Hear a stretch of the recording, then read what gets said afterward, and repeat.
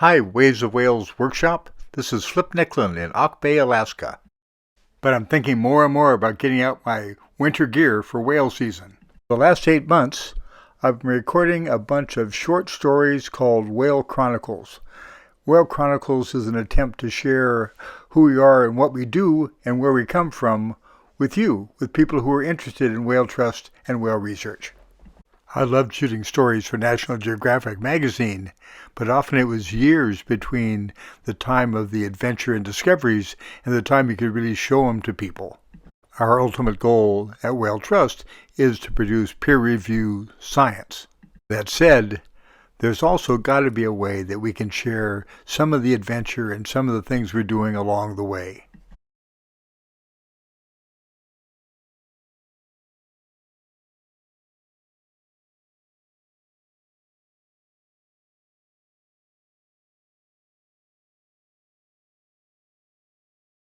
I think it was a pretty sure thing that I was going to be a diver. My mother's father and uncle did underwater construction work with hard hat gear, building things like piers along the California coast. And in the 60s, my mom was even a cover girl on Skin Diver magazine. My father, Chuck, was a sport diver and champion spearfisherman. And in 1959, opened the Diving Locker, the second dive shop in San Diego. One of his partners, Connie Limbaugh, the first diving officer at Scripps, died in a cave diving accident and left my father an underwater movie camera and an underwater still camera, which was a pretty big deal in the 1960s. These cameras were going to play a pivotal role in January of 1963 when my father rode a whale. My dad was off of La Jolla diving with friends, and they saw a whale in the distance. We saw whales all the time. Gray whales went close to the coast going north and south on their migration. But this wasn't a gray whale. It was a Brutus whale, and it wasn't going anywhere because it was caught up into the anchor line of a gill net. My father got in the water with a camera and one of his buddies with a spear gun to swim up and photograph and film the whale. This was before whales were gentle giants. It was a big, powerful animal, and they weren't sure what was going to happen. It was really a big adventure and thought to be fairly dangerous at the time. And after they had photographed the whale and filmed the whale was very calm, and my father swam up and actually got on the whale's back and had his picture taken by his friend Bill DeCourt. They took their pictures to Rolla Williams, a sports editor at the San Diego Union, and he was someone you'd take a picture of a big fish or a big lobster to. It was good advertising for the dive shop. But the pictures were really popular. They ran in the San Diego Union and across the country. And it probably would have stopped right there, except they had movies. They had 16-millimeter movies, which was a big deal at the time. And there was a young man with a variety show after the late news in San Diego, a very young Regis Philbin, who had my dad on to show his film, to show the pictures of whales underwater on film. After the show, they took that film, they sent it to New York and to a production company called Goodson Todman Productions. And one of their shows was To Tell the Truth. 3 people came on telling a wild story. One of them was telling the truth. My father went to New York. He was the guy on To Tell the Truth, telling the real story. And in the audience, in the TV audience, was Bates Littlehales. He was the underwater guy for National Geographic in the 50s and 60s. He looked up my father. He'd been thinking about doing whales underwater, and my father was a whale expert. He'd seen one. Seeing that first whale led to all kinds of things for my father. He became the go-to second guy on whale projects. One of the first documentaries on humpback whales, Gentle Giants of the Pacific. He started working for National Geographic on a number of projects, but especially the first big humpback whale story in 1979. And he came to Hawaii on an IMAX film in 1979 when they brought me as a production still photographer that started my whole career. Really important here, I should let you know that after they photographed that whale off of San Diego and filmed it, my father dove down freediving and took the line off of the whale's tail, and it swam away and looked to be fine. But boy, we were changed forever.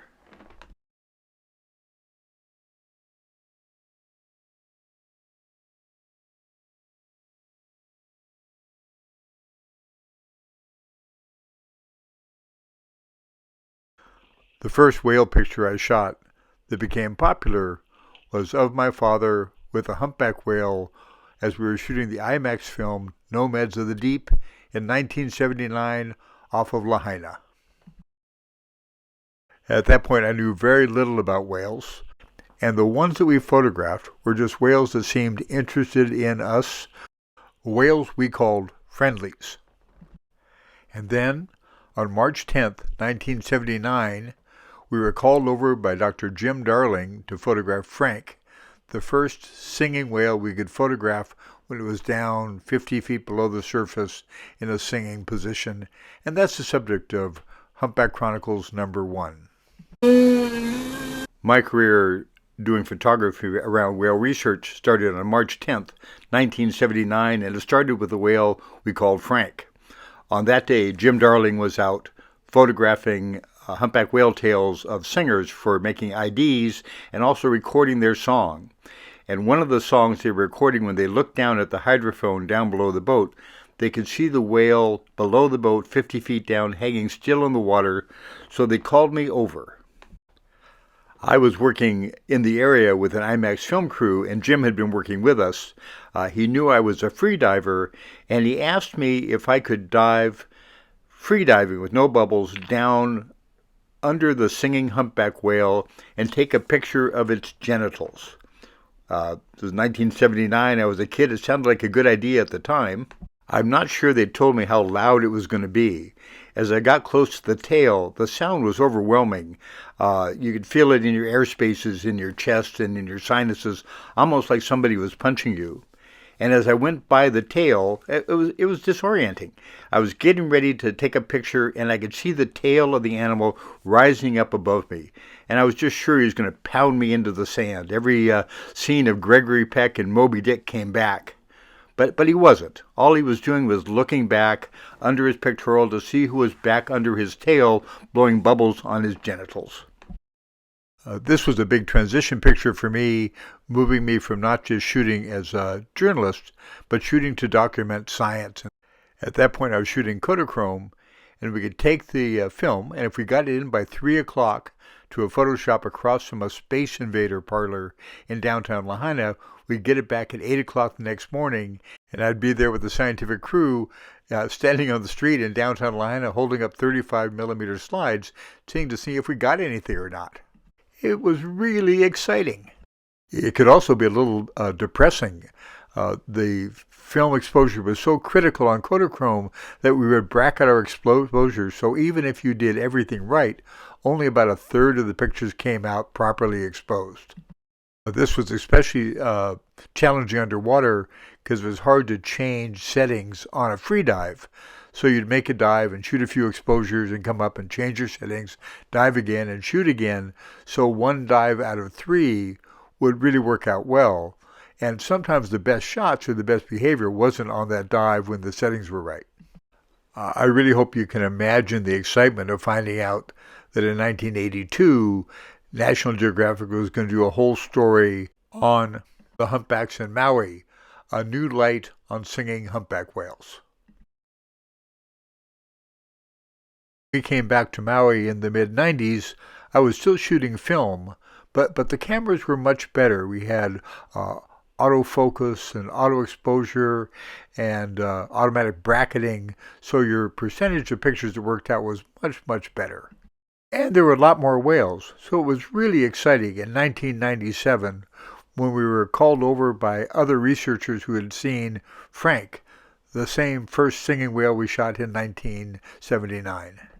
It was singing in the same general area and about the same time of year as when we'd first seen him in 1979. At this point, we knew that singers were males, and one of the things we were doing was hanging around singers, trying to see what they were doing, who they were joining, or who was joining them.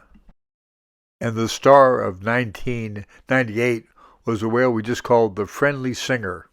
This was a great whale. The whale would go down and sing for 20 minutes or so, then come up and hang around the boat, look at the hydrophone, rub at the hydrophone. At one point, had it under his pectoral, trying to drag the whole recording gear and Jim into the water. Then he'd go down to sing again for another 20 minutes, and then come back and hang around under the boat. One of the great things about this whale was that he would go down and sing for those 20 minutes in the days of film when you only had 36 exposures. So when he'd go down, I could get in the boat, change film, and sometimes even change lenses, and you get a whole different look when you switched off those ultra-wide lenses that we usually use underwater for shooting whales. But the best part of the friendly singer was that he was still hanging around the boat when he was joined by another whale. And this was another male. And what we've learned since then is singers are joined by other males and not by females, as often thought. But giant changes were coming to photography at the turn of the century, with digital photography, making remote photography easier, and giving a whole bunch of new tools for trying to capture images and tell the science story about whales. By 2001, we were getting used to digital photography in the form of consumer video and shooting underwater and just getting to know what it was like to have instant access to the photographs you were taking. And by 2004, there were still cameras in underwater housings that were acceptable at National Geographic. They shot 6 megapixels, and you only had 4 pictures in the buffer. You could only shoot 4 pictures before you had to wait for things to load, but they were instant. Things were changing very quickly in underwater photography. I had a different system each year for the first 3 years I was shooting digital, but each one was better than the last.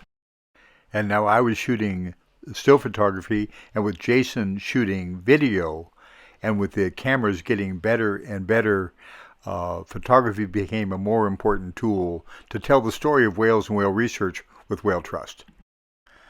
I was a serious photographer and photojournalist for National Geographic for more than 20 years, for more than 30 years.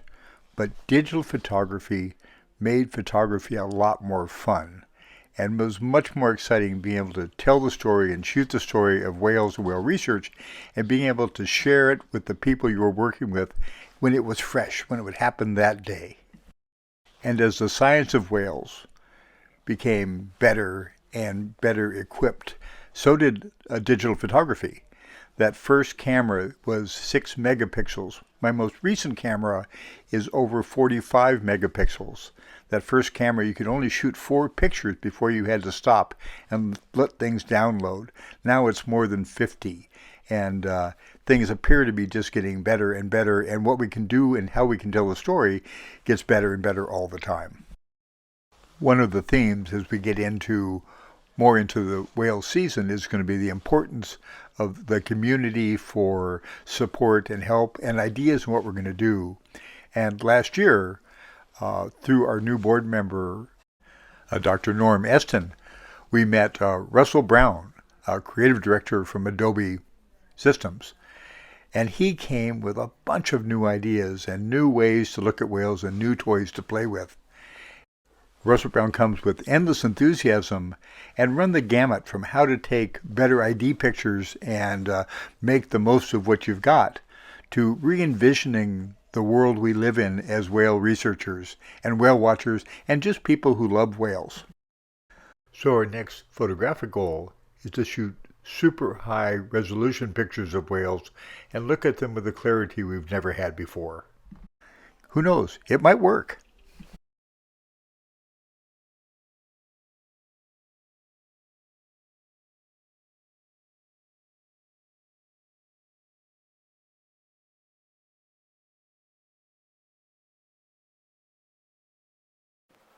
Humpback whales in the North Pacific are a success story.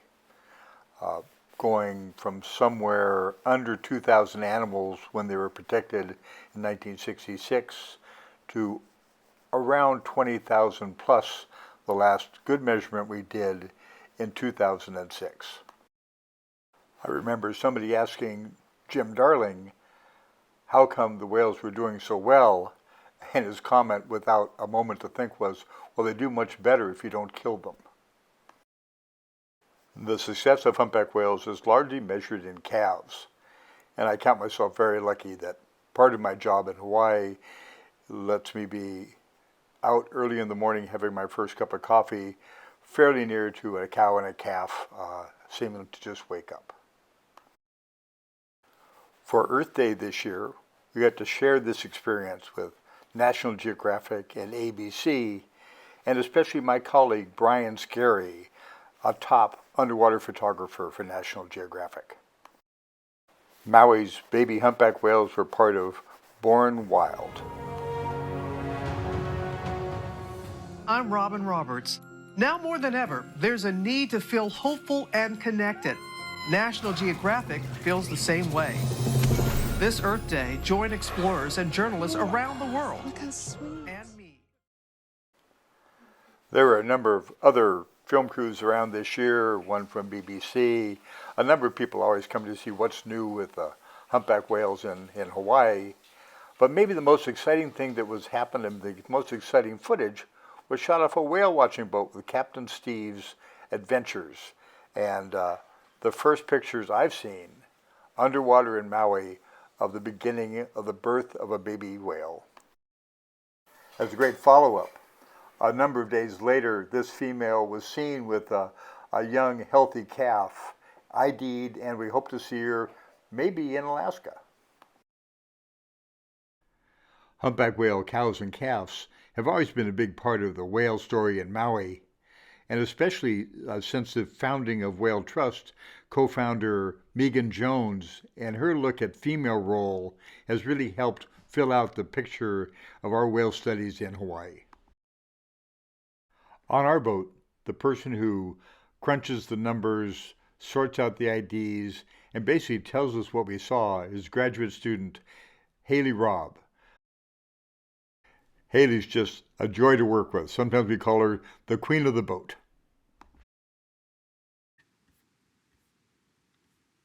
Starting last season, we began to focus our attention on collecting cow IDs. We were very excited when we ended up with 59 moms to add to our catalog. This year, we were curious to see if the trend continued.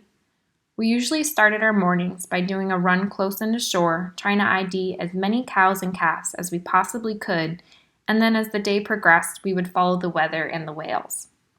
Last season, we started noticing cow and calf groups in a lot closer proximity to one another than we might have thought of as typical.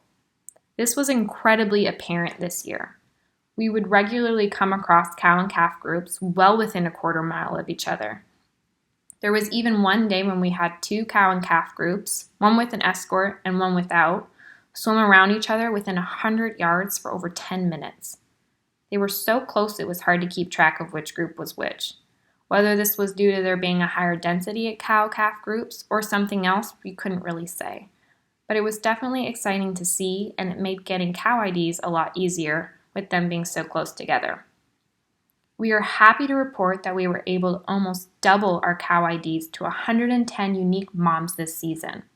Whether or not there is an increase in births over the last 2 years, or if more mom and calves happen to be in our study area is hard to say. Nevertheless, these sightings can lend some important information to research. For instance, if there are multiple sightings of these moms, we can gain insight into their life histories, calving rate, and maybe even calf survivability if they are later spotted in their feeding grounds with their calves. No better example of this is the 2 famous moms we encountered this season, Sasha, or the AK whale, and Flame. Both of these females are commonly seen by local researchers and whale watchers in Juneau, Alaska, where resight rate is a lot higher. We encountered Sasha twice this season, on January 20th and February 8th, both times with her calf. Flame was encountered by Dr. Megan Jones' marine mammal biology class on March 13th with her calf as well. The great thing about IDing both Sasha and Flame is that there is a good chance for the locals of Juneau to see them both again, hopefully this summer during their feeding season, with their calves having survived the journey back. Another important cow-calf sighting we had this year was to a mom we identified on January 31st.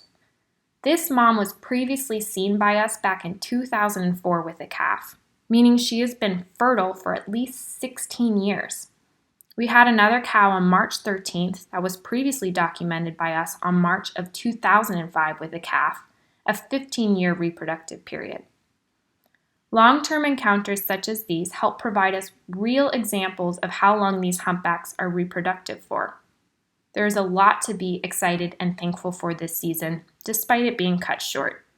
We ended up with at least 110 new calves, most of which were seemingly healthy. This is a good indicator for the population, and it gets us excited about our future field seasons.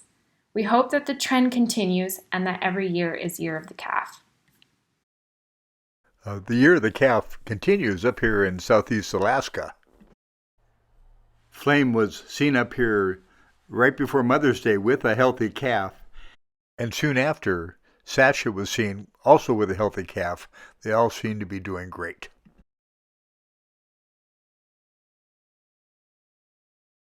One of the first stories I told was about Frank, the first singer I worked with, and the first researcher I worked with, and probably the person that changed my life into getting involved with whale research was Dr. Jim Darling.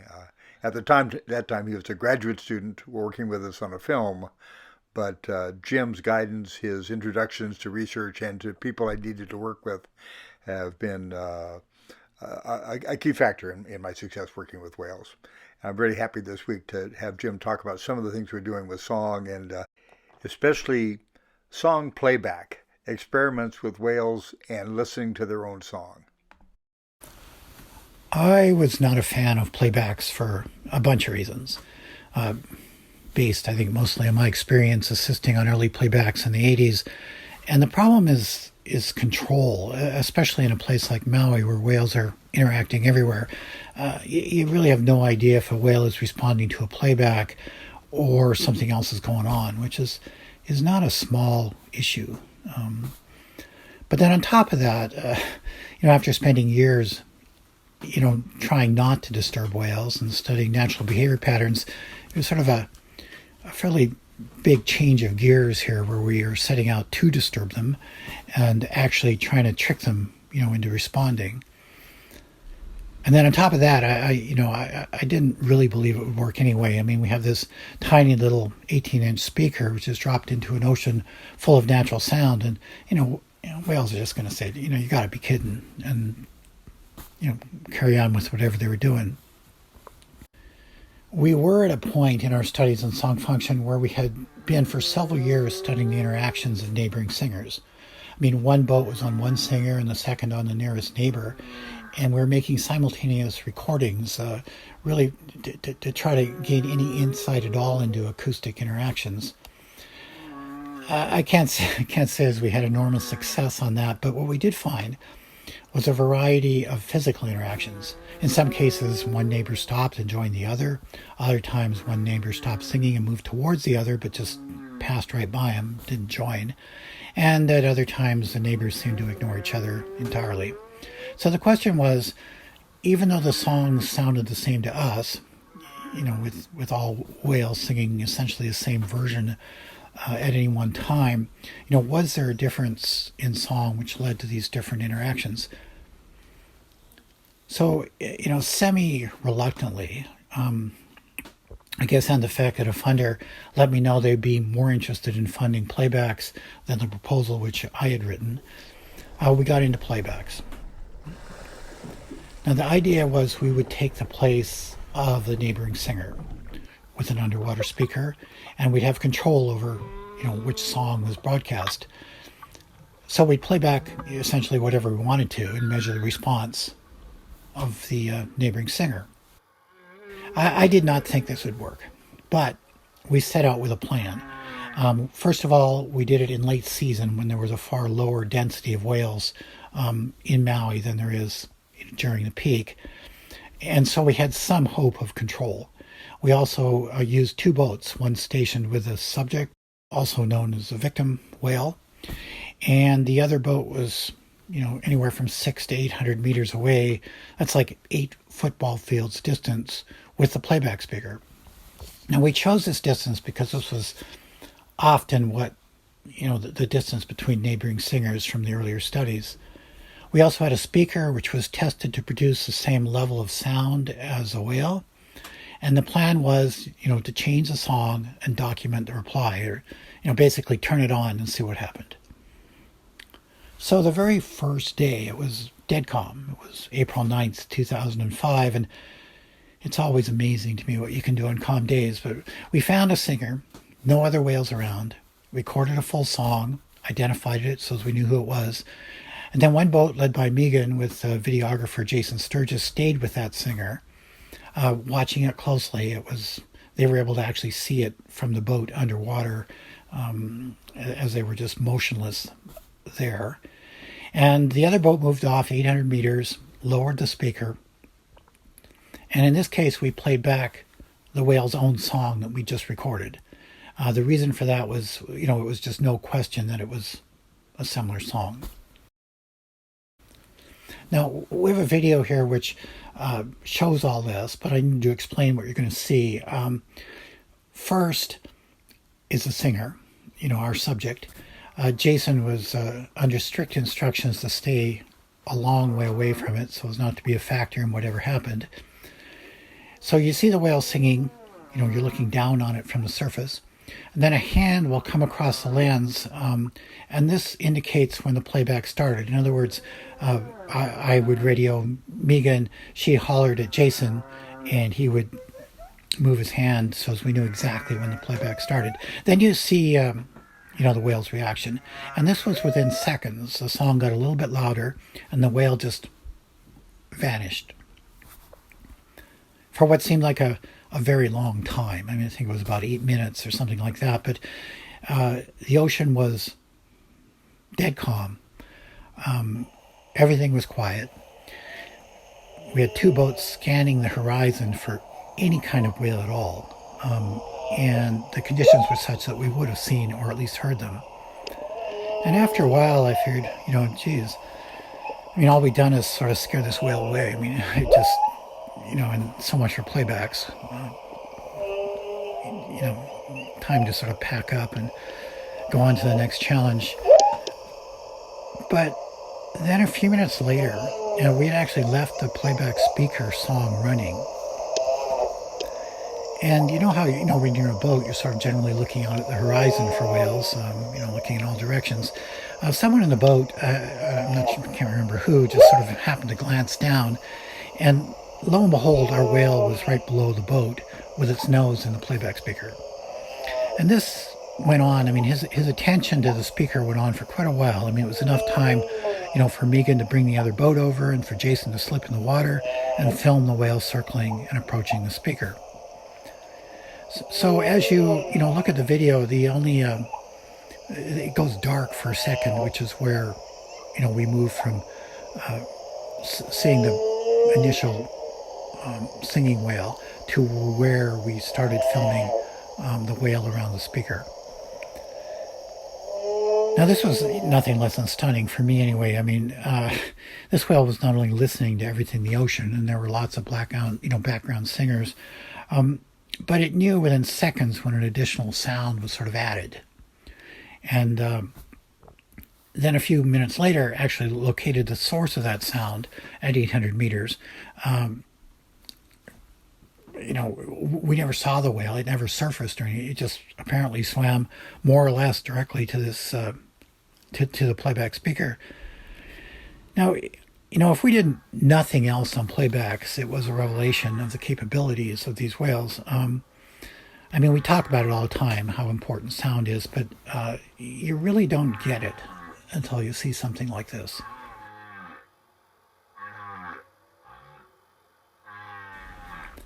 Now, this led to 2 years of playbacks that we kept relatively simple. In other words, we played either the current song or we played a foreign song which was recorded in Africa.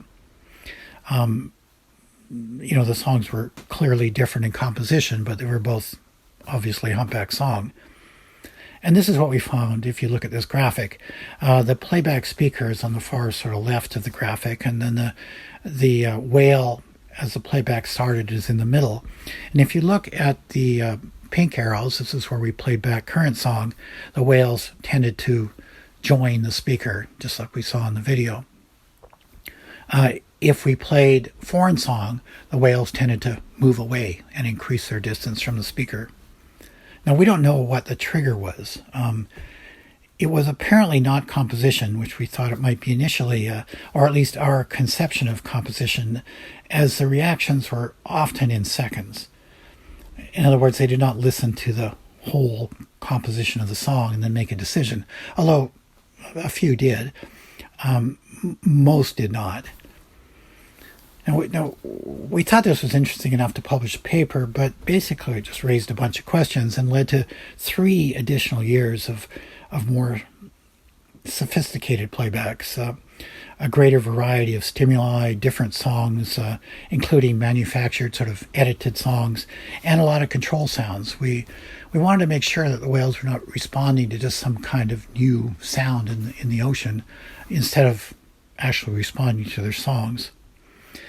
And we got a lot of complex, fascinating but complex data in return, almost overwhelmingly so. The attraction and repulsion seen in the earliest studies occurred, but it was clear that was far from the whole story. Now, I've not analyzed these last 3 years yet. Everything's sitting in a large box underneath my desk, waiting for what's probably going to be about a year of work. But it's coming, and stand by.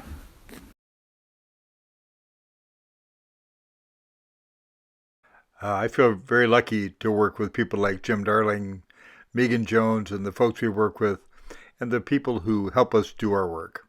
I don't think we'll ever run out of fun things to do. Thank you very much.